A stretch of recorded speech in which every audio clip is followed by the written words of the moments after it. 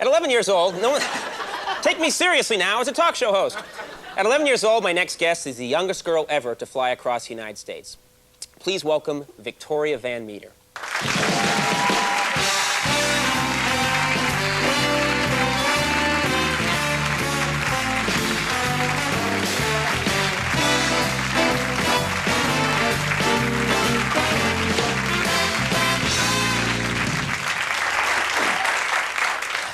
I look stupid, don't I? All right, that's okay. I'm an adult. I'm supposed to act like an adult. How you doing? Pretty good. Yeah? Now, you did an incredible thing. We actually have a clip here. This is you touching down, right? You flew all the way across the United States. Right, from Augusta, Maine to San Diego, California. And you were the youngest. There it is, right there. There you are, touching down. Okay. That's an amazing thing. Thanks.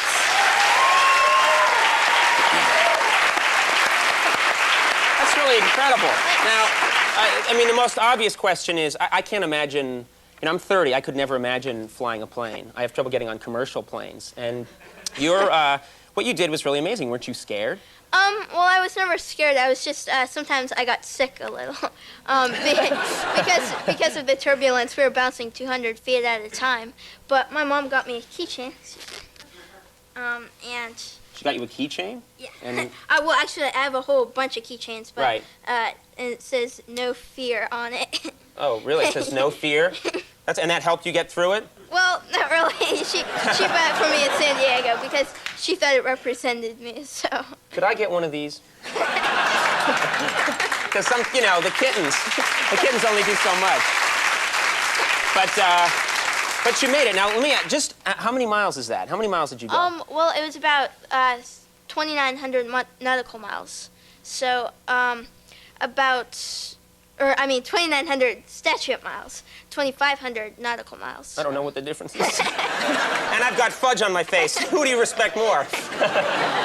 No, that's amazing. And how long did it take to do it? Well, we started off Monday on the 20th, and we finished in San Diego on Thursday, the 23rd. So it took about 4 days. And so you made stopovers along the way. Right, we made stops to spend the night, and then in between we made like fuel stops. So. Right. And so now you broke a record. You set a record. Right. Actually, there was no record of any girl. There was records of boys, but they were 10 years old, and so there was no record of any girl.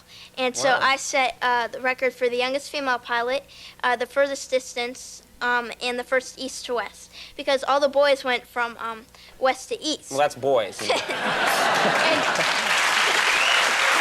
great. That's amazing.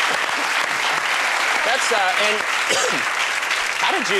how did you think to do this? Well, I hopefully someday want to be an astronaut, so I knew flying would help that, and we went to the airport just because they were adding on a new terminal building, and so there was a sign-up sheet for flyers, and my dad asked me if I wanted to go, and I said... Your dad encouraged you to do this? Yeah, he asked me because he used to fly, and right. So I said sure, so he signed me up. So, I've heard of, my parents were like, you have to play the piano, but my dad was like, you're going to fly, young lady, and like it. Well, he just asked me, and I said, sure, just like thinking it was going to be a ride or something, but sure. It turned out to be a lesson, and I liked it. So then we started going to places like Erie and Pittsburgh, and after that we went to my sister's graduation, North Carolina School of the Performing Arts. She goes there, and she got accepted there for her last year of high school. It's a special arts school, Great. and so I flew down for her graduation, and after that we knew I could handle flying across the country. That's great. So you got real good at flying, and then I know you got invited to NASA. Right. I got invited to NASA and down in Houston, right. in Texas, at the Johnson Space Center, and so and they put you through some rigorous tests. Right.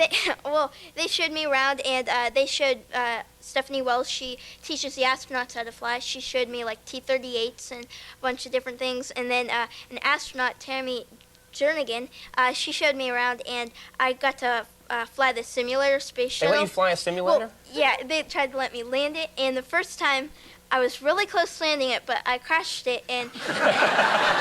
Oh, those things are only $600 million. I wouldn't worry about it. But the second time I landed it, and so I bet my dad that if I landed it, I'd get a ferret.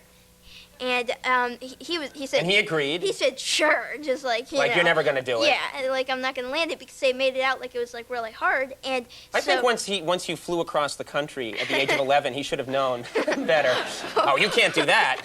Well, so I landed it, and so he owes me a ferret, but I'm not sure if he's gonna give it to me. So. Well, he's going to give you that ferret because he promised you. But ferrets have they stink, don't they? They really do. Actually, I talked to some guy that has like 12 ferrets. Yeah. And he said that they give off a little stench. Isn't that pleasant? Every, like, once a month. So. Oh, your dad asked for it when he took you to the airport. All right. We will be right back with author Gerald Posner. Thank you very much.